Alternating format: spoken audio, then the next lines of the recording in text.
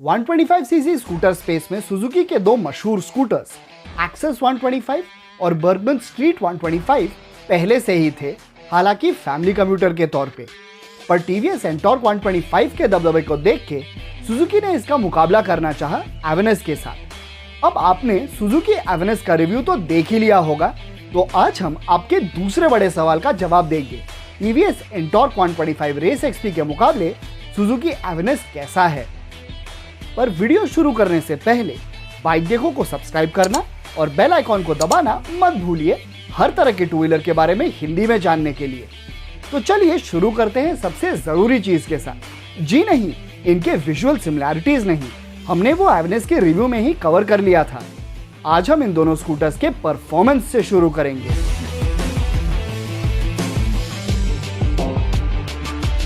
तो पहली झलक में देख के तो यही लगता है कि अपने बेहतर स्पेसिफिकेशंस की वजह से परफॉर्मेंस के मामले में एंटॉर्क क्लियर विनर होगा, लेकिन ऐसा है नहीं, क्योंकि भले ही एंटॉर्क का पावर और टॉर्क एवेनिस से ज्यादा है, लेकिन ये एवेनिस से 10 किलोग्राम भारी भी है। अब वैसे तो एंटॉर्क का थ्रॉटल रेस्पॉन्स एवेनिस से काफी बेहतर है, जो ट्रैफिक में आपके ओवरटेक्स को आसान जरूर कर देगा। पर एक्सेलरेशन टेस्ट में कम पावर और टॉर्क होने के बावजूद एवेनिस एंटॉर्क से थोड़ा आगे रहता है। और अगर आप सोच रहे हैं कि एंटॉर्क एवेनिस को अपने रेस मोड के थ्रू हरा देगा, तो अफसोस आप फिर से गलत ही होंगे। जैसे आप देख सकते हैं, रेस मोड ने दोनों बाइक्स में गैप को कम जरूर कर दिया है और 60 के स्पीड तक एंटॉर्क आगे है, जो सिटी ट्रैफिक में बेशक यूजफुल होगा, लेकिन करीब 80 के स्पीड तक दोनों बराबर ही हैं, जिसके बाद ही एंटॉर्क का पावर एडवांटेज साफ दिखने लगता है, जिस वजह से इस पे हाई स्पीड ओवरटेकिंग ज्यादा आसान होगा। एक और जगह जहां एवेनिस एंटॉर्क की बराबरी ही करता है वो है इसके फ्यूल एफिशिएंसी में, लेकिन क्योंकि एंटॉर्क का फ्यूल टैंक थोड़ा बड़ा है, तो इसका यूजेबल रेंज भी हल्का सा ज्यादा ही होगा।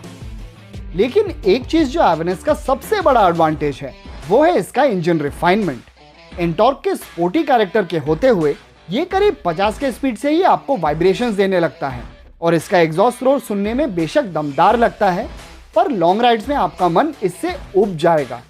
दूसरी ओर एवेनिस के केस में दूसरे 125 सीसी सुजुकी स्कूटर्स की तरह इसका रिफाइनमेंट भी काबिले तारीफ है, जिस वजह से एकदम हाई स्पीड्स पे भी आपको सिर्फ फ्लोरबोर्ड या मिरर्स में थोड़े बहुत वाइब्रेशंस ही महसूस होंगे। तो पूरी छवि देखें तो परफॉर्मेंस के मामले में एंटॉर्क जरूर आगे है, लेकिन एवेनिस भी काफी तेज टक्कर देता है और रिफाइनमेंट के मामले में एवेनिस का कोई तोड़ नहीं।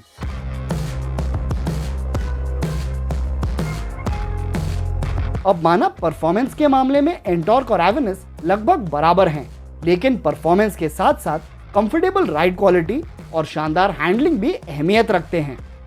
अब हैंडलिंग से शुरू करें तो फिर से मामला पेचीदा लगने लगता है।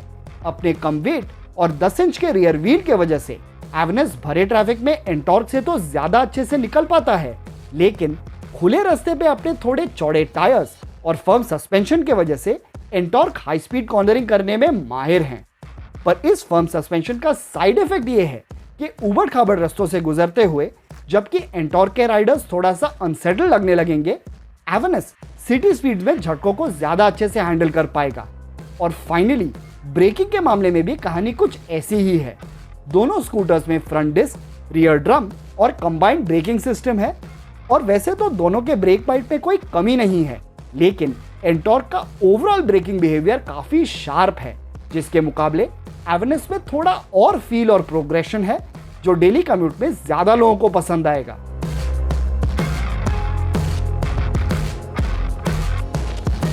एंटॉर्क और एवेनिस दोनों में एलईडी हेडलाइट और tail light, external fuel filler और डिजिटल इंस्ट्रूमेंट क्लस्टर है, जहां ब्लूटूथ कनेक्टिविटी के थ्रू कॉल और मैसेज अलर्ट्स के साथ साथ टर्न बाय टर्न नेविगेशन भी मिलता है।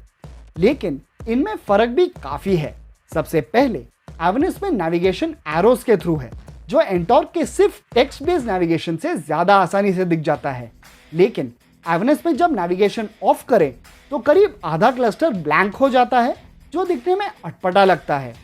साथ में एवेनिस में मल्टीफंक्शन की स्लॉट तो है, पर इसका एक्सटर्नल फ्यूल फिलर एंटॉर्क की तरह बॉडी के साइड वाले की स्लॉट से ही खुलता है, पर एवेनिस इसकी भरपाई करता है अपने फ्रंट एप्रन में 2 स्टोरेज एरियाज के साथ, जहां एक में यूएसबी स्लॉट और कवर भी है, जिसमें आप मोबाइल चार्ज कर सकते हैं और दूसरे में आप 1 लीटर का वाटर बॉटल भी फिट कर सकते हैं।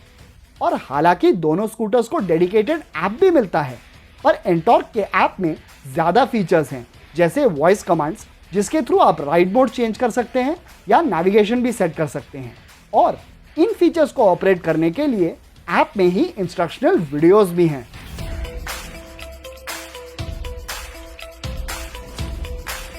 अब वैसे तो कंपैरिजंस में कीमत यूजुअली एक जगह होती है, जहां हमारे प्राइस सेंसिटिव मार्केट को मद्देनजर रखते हुए काफ़ी सारे कंपैरिजंस के रिजल्ट्स पलटते हुए दिखते हैं। लेकिन ताज्जुब की बात यह है कि एवेनिस और एंटॉर्क के बीच यहाँ भी कुछ खास फर्क नहीं है। एवेनिस राइड कनेक्ट एडिशन मतलब ब्लूटूथ कंपैटिबल मॉडल की कीमत एंटॉर्क 125 रेस एक्सपी मतलब एंटॉर्क के टॉप मॉडल से सिर्फ 850 रुपये ही कम है। और क्योंकि हमने इस कंपैरिजन में सुजुकी के मोटो जीपी लिवरी वाले एवेनिस रेस एडिशन को यूज किया है, तो कीमत में फर्क सिर्फ 550 रुपये ही है।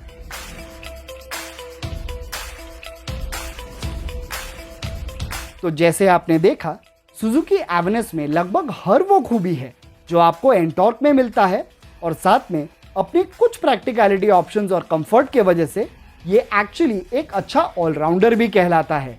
लेकिन अगर आपका ध्यान डेली कम्यूट के साथ साथ स्पोर्ट राइडिंग पे भी है, तो भले ही ओवरऑल फर्क 19-20 का हो, लेकिन टीवीएस एंटॉर्क 125 रेस एक्सपी थोड़ा आगे ही है। पर क्या आप हमारे फैसले से सहमत हैं? और अगर नहीं तो क्यों नहीं, कमेंट्स में ज़रूर बताइए।